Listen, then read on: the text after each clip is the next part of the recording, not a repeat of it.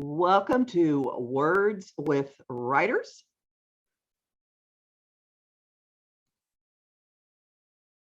There we are. We are live. I am Kathy Beal, the author of, let me see this. Got it. Eat, Drink, and Be Wary. And I am with Richard Taylor Pearson, author of The Role. And in the interest of disclosure, Richard and I know each other in real life. Richard and I have performed on stage together in real life. We've done many things together in real life. We know each other very well. So, Richard, would you tell us a bit about your background? Sure. Well, I like to say I'm a triple threat, but it's not actor, singer, dancer. It's actor, author, attorney. And so, yeah, I live in New Jersey with you. And, well, not with you. We're in different houses, but you know what I mean. We're nearby. Living in New Jersey. But we're also not from New Jersey. I am from Arkansas.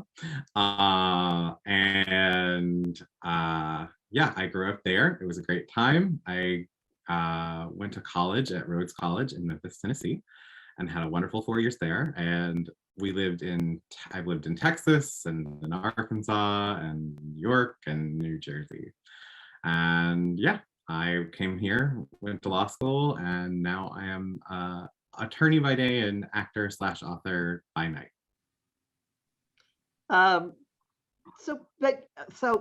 Let's talk about the being a writer part. Did you write a lot when you were a kid? Did you write stories, or did it happen when you were a teenager? I wrote a lot very early on. Like, I remember writing stories in as early as third grade. In third grade, I had a very weird thing where I would laugh a lot in class. Like, something would just hit me wrong and I would just be inconsolable with laughter, which is, not a bad problem to have, but it was eventually mildly disruptive. And so every week we were supposed to write like a story that was like a page long or something like that. And I wrote the story about the Giggles, which was like these little like creatures who would like come and tickle students and get them into trouble. And I wrote about them like in many, many, many, many weeks, like to the point that at the end of the year, like I got to compile them all into like an actual sort of nonsensical story. And so yeah, that's like that was my first book, was third grade. And then I wrote on and off throughout high school. And then I kept a lot of journals that were very, very bad. And then in college, I took actual like courses in it because I was very interested. And then, yeah, I just kept writing and writing. But occasionally I would not write for long swaths of time because I would be really, really focused on doing stuff on stage. So like basically whenever I wasn't in a show, I would be writing, and whenever I was writing, I would be constantly trying to get into another show. Which brings up your background in theater. So how did that start? When I was a little kid, I had a really pretty soprano voice. So I got carted around a lot to sing various places. So I really knew that I liked performing. But I had my voice change and it was no longer what it was. So I took some time away and I really missed it. And so when I was in 9th grade, I did like my very first like actual stage musical instead of just singing like random music, and loved it and have never looked back. So I started doing theater proper, I guess, in 9th grade. And then pretty much did at least one show a year every year of my life for years and years and years until a couple of years ago when we had a daughter and it was COVID times. It was rough. So when you were in college, I thought your degree was in theater because you have talked so much about your theater experience there, but the department had a phrase for you. What was that? I was the not theater major. Yeah, I will never forget. I was sitting.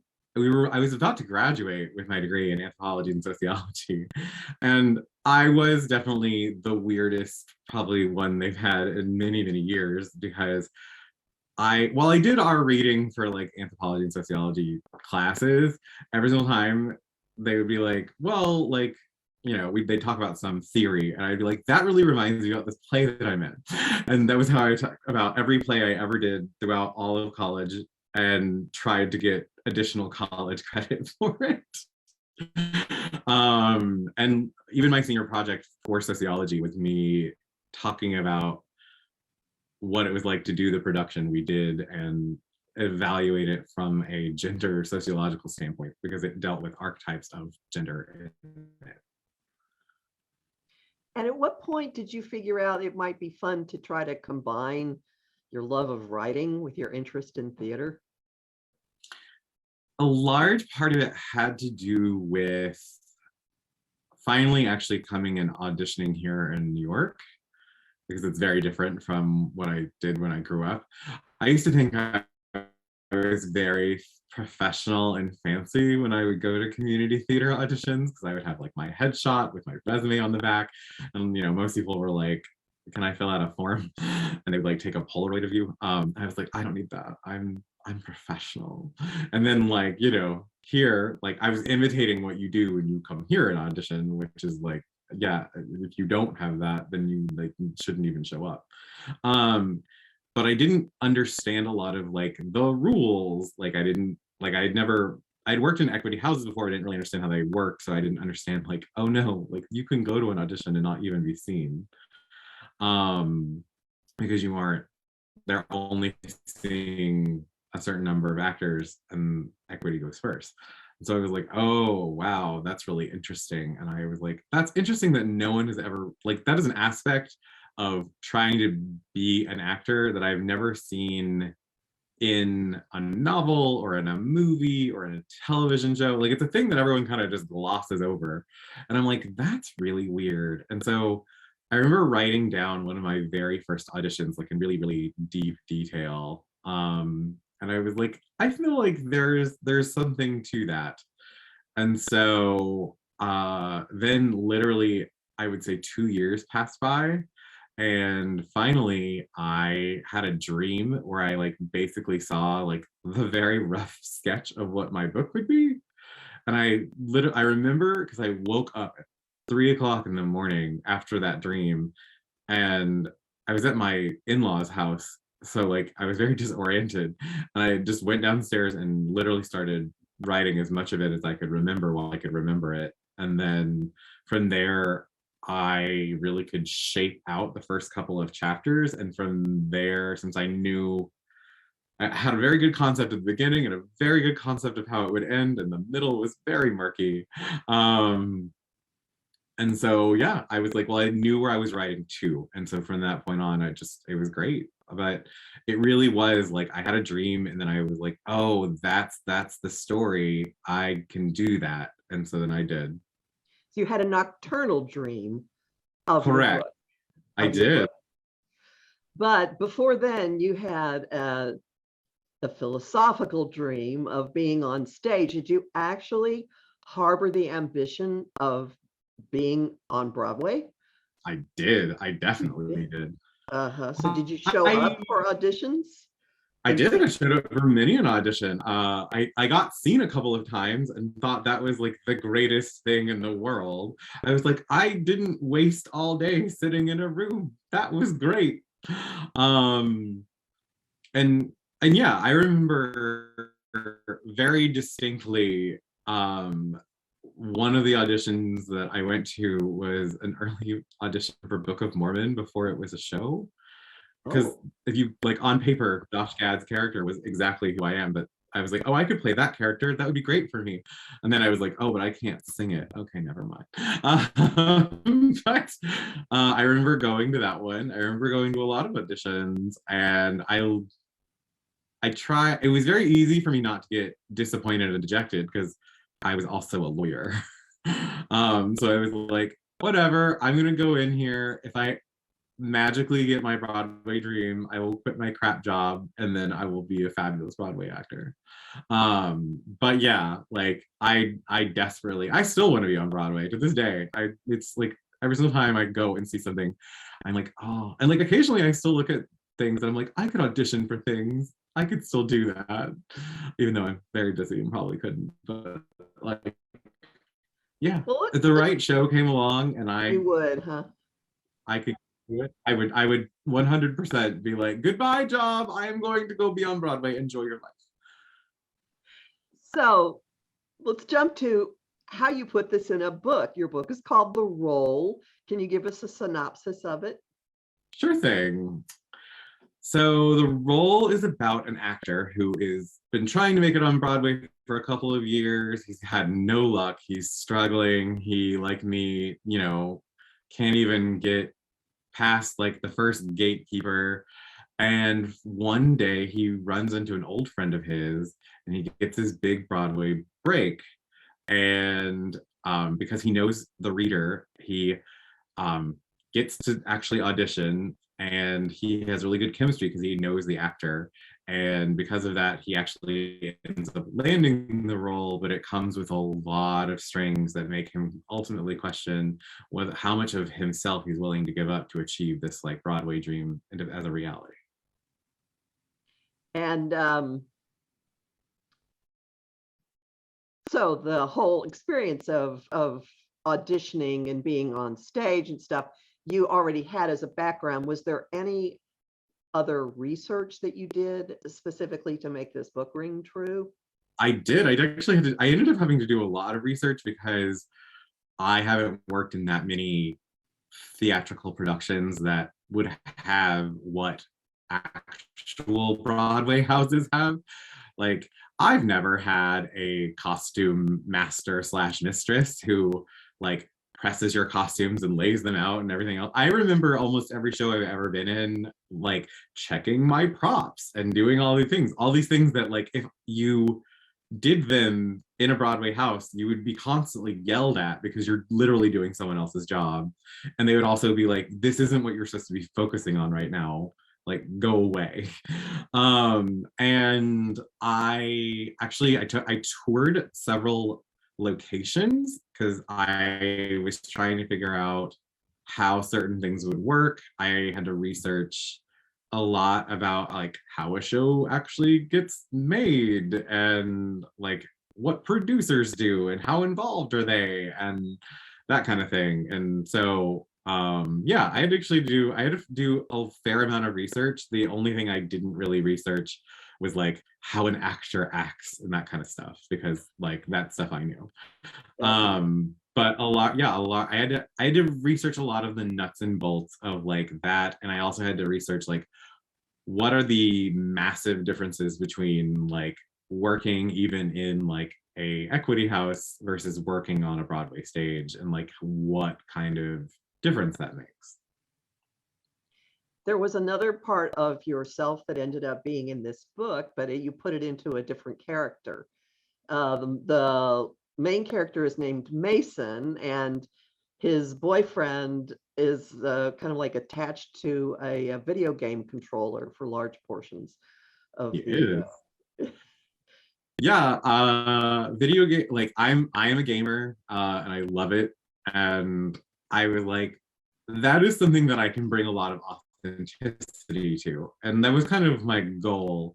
Like everything in my book is mildly exaggerated, like in the way that like any book about New York is exaggerated, like but like so like things are very heightened, but I did want them to be grounded in something that I actually knew a lot about. So like Mason's boyfriend is like working on a video game, and he is also an avid gamer, which is most people who work on them are also like, it does strike me funny as someone who like, it'd be like going home to play video games and then you go to work to like work on making one. It's just like that you're like, you just like eat, breathe and sleep it, and you're constantly inspired by it. Just like whenever an actor like goes and sees a theatrical production, like we have a love for it, and it's fun to watch and it's fun to like brainstorm about like, oh, if we did that show, like we could do this, we could do that, like I would have done this differently. And I'm sure that's how gaming also works. But yeah, I love video games, and it was very fun to like find a way to make all of that like in my book as well, as opposed to writing like a completely different book about it. And there's actually like a whole plot point about Eric has a t-shirt that has a character from a video game on it.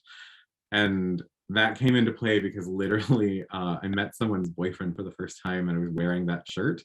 And he texted me later and he goes, I've never seen anyone who has a t-shirt with this character from this obscure video game on it. That was very cool. And I was like, I'm very impressed you know who that is. So as you were fleshing this out and seeing your story come to life, was there any kind of vicarious experience to it for you?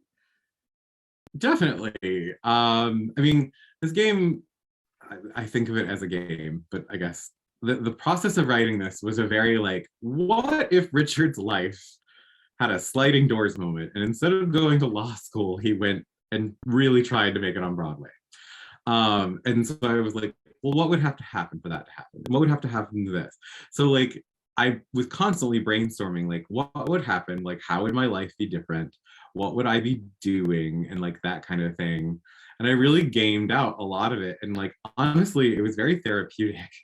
And which is probably the reason why my character is a little overly tortured, because I'm like, I had to make it unappetizing almost to myself, to be like, yeah, it's really, really hard. It's as hard as going to law school. It's as hard as like everything else that you deal with in your life. And like just remembering that and like knowing that. And so yeah, there was a lot of vicariousness. I brought a lot of like, you know, little bits of myself are sprinkled throughout the whole book in a million different places and in a million different ways.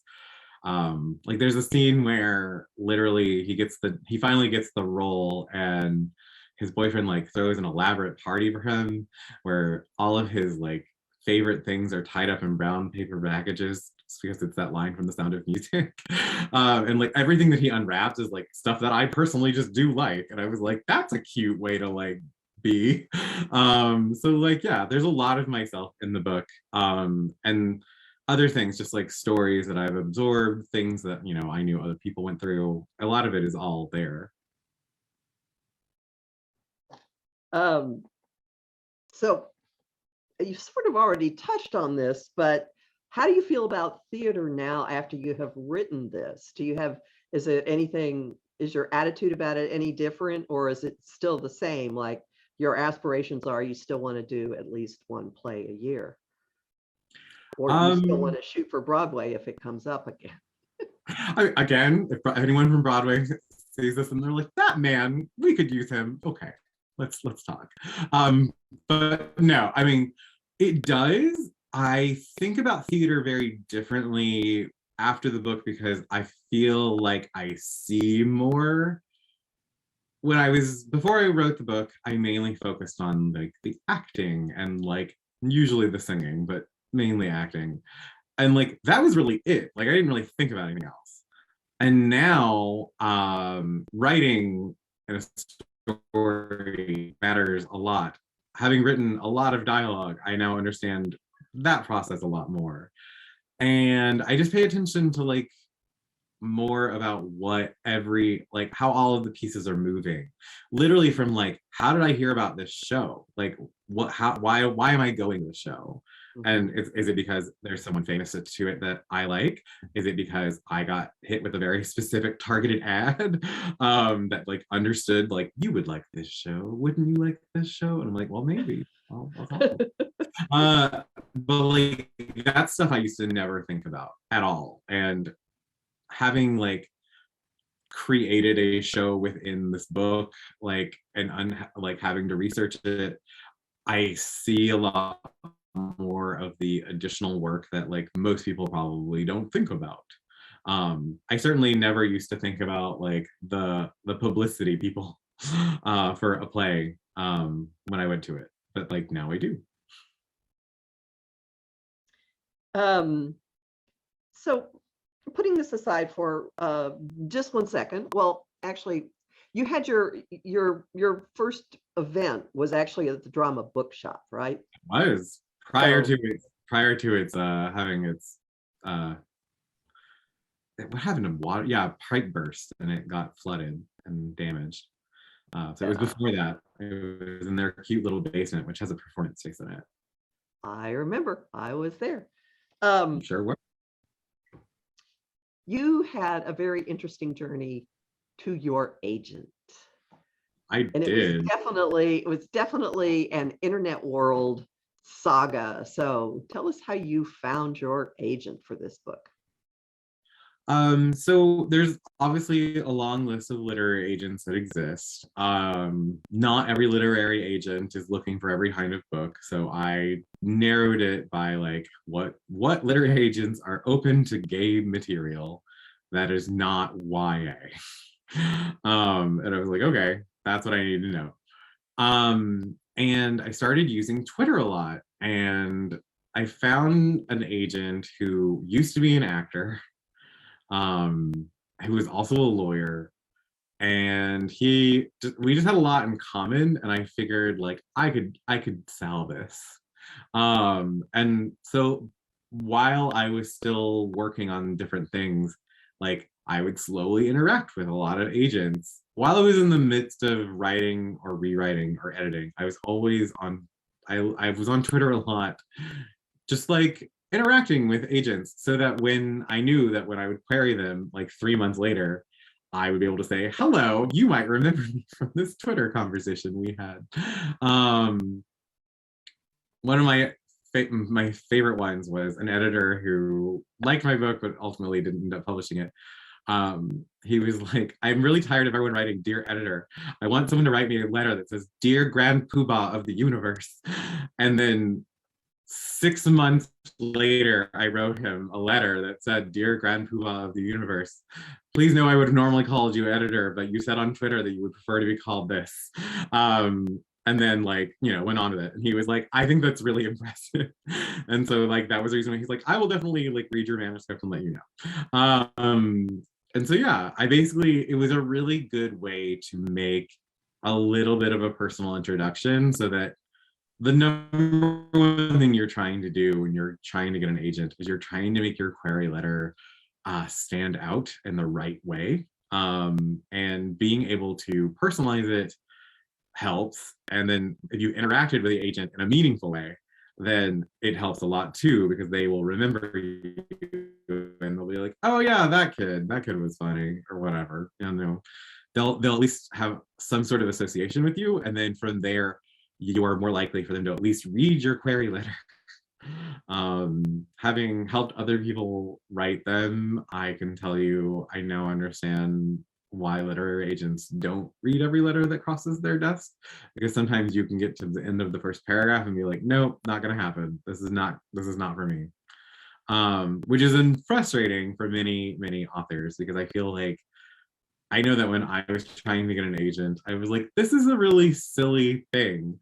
Like, being able to write a good query letter has nothing to do with being able to write a good book, is a thing I used to say a lot. And then I found out how very wrong I was.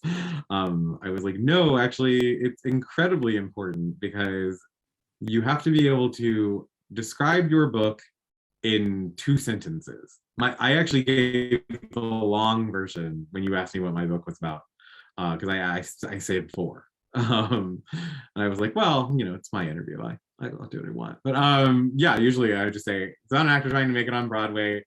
He gets his lucky break and it comes with a lot of strings that makes him question it. Like, it's like all like 1 sentence or 2.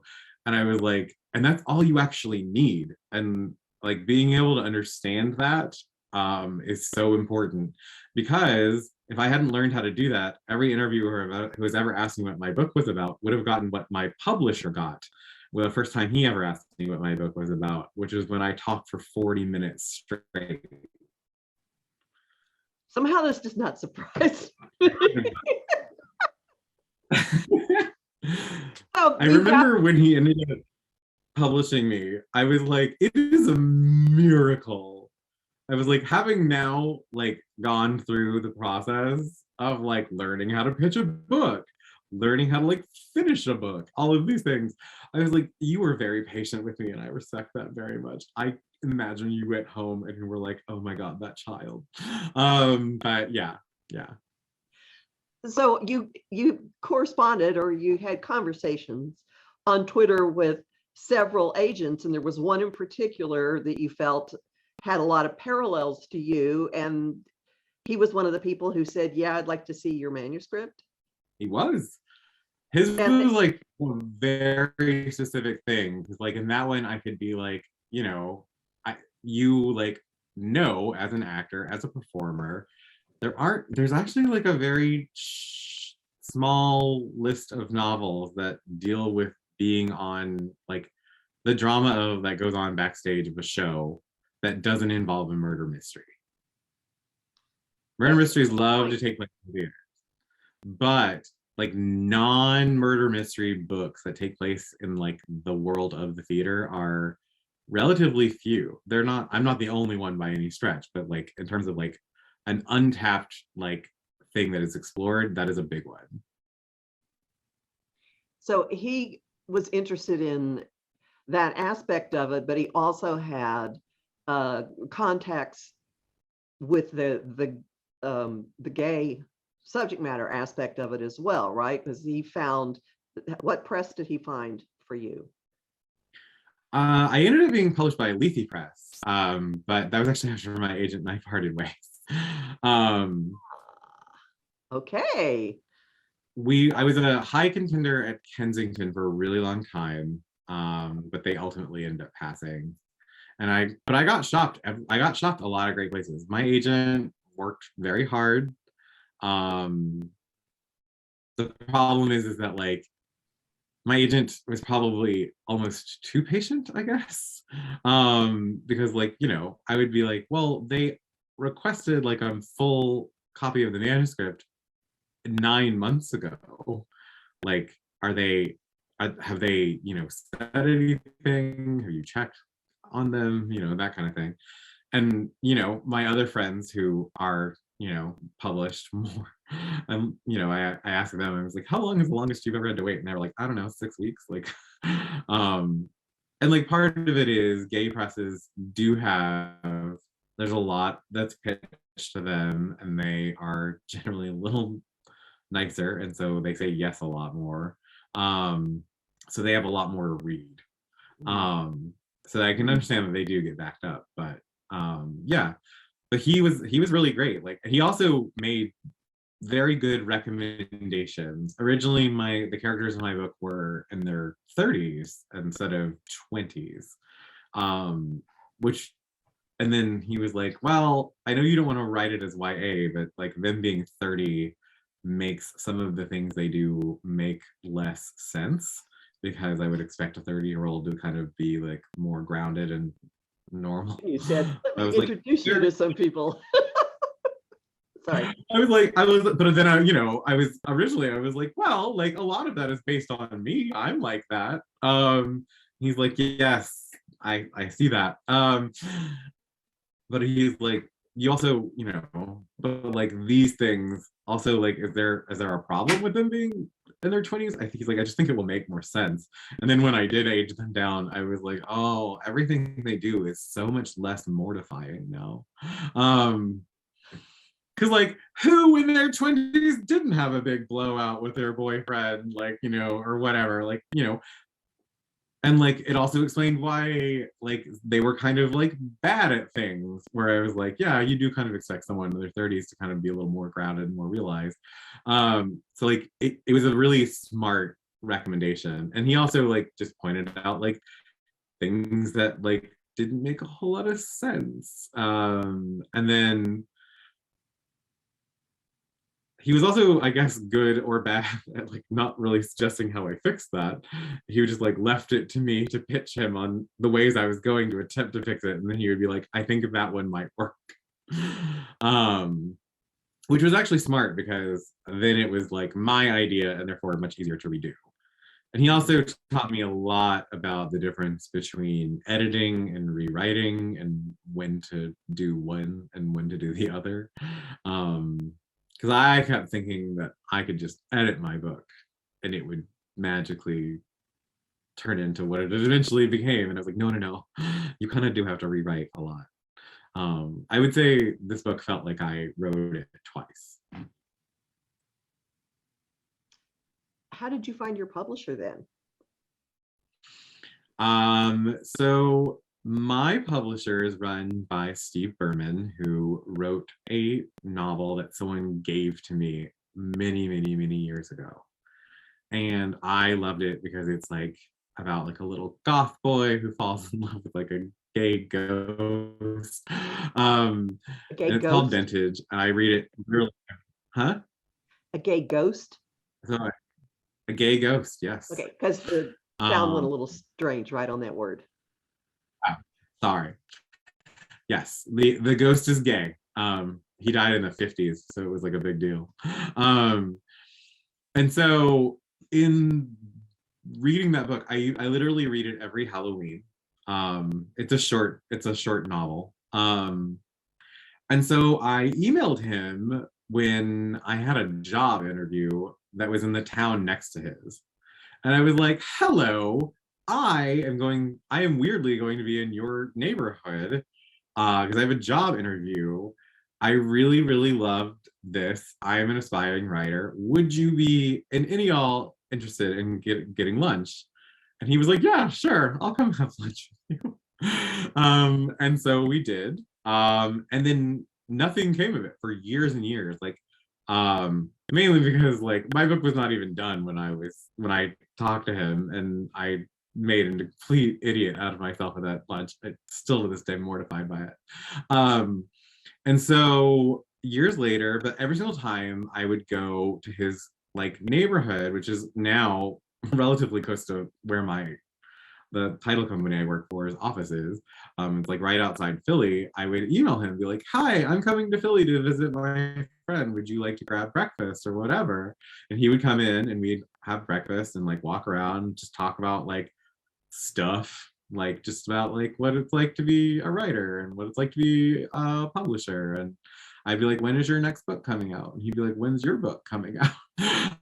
And so finally I was like, well, I feel like I've struck out just about everywhere. So if you would like to actually read the non-terrible version of it, let me know what you think. And he was like, sure, send it to me. And he read it in like, I don't know, a week, and was like, yeah, sure, I'll publish that.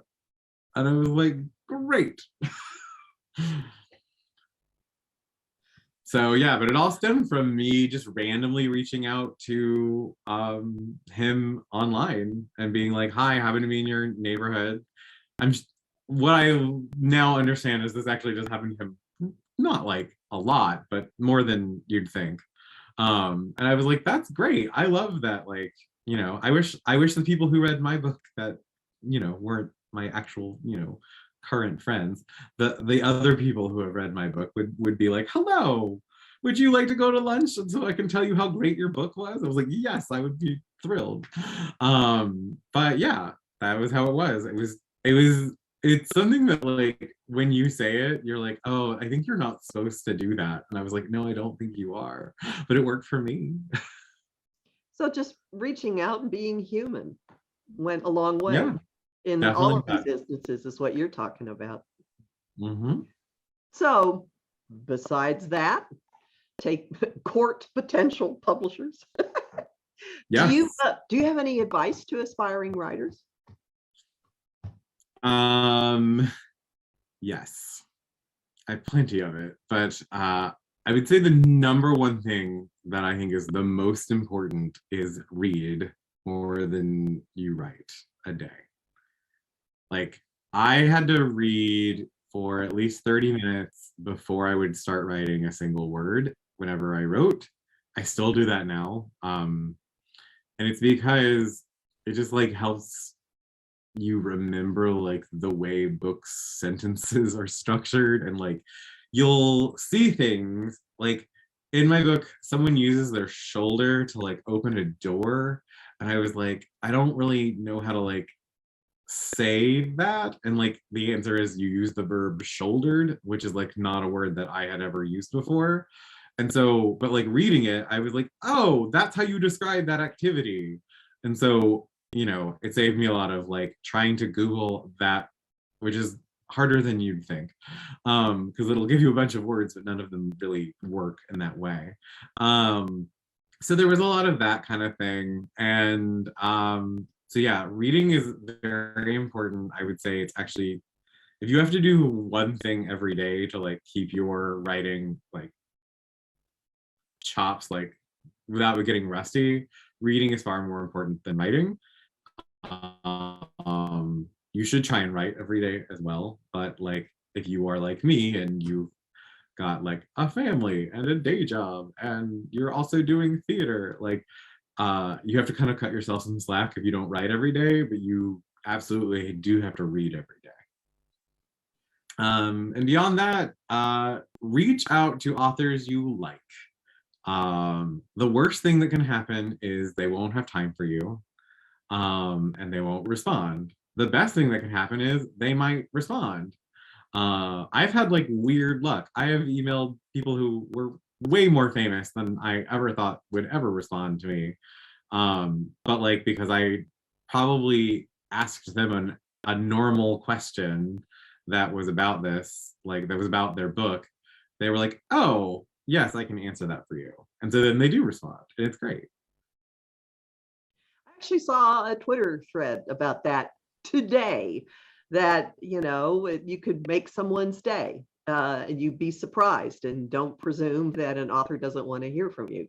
Hint, Yeah. hint, we both say, send us your love. So Send us your love, absolutely. So what is your website? My website is richardtpearson.com. And where can you get your book? Well, I often encourage people to buy it directly from the publisher, Lethe Press, which is Lethe.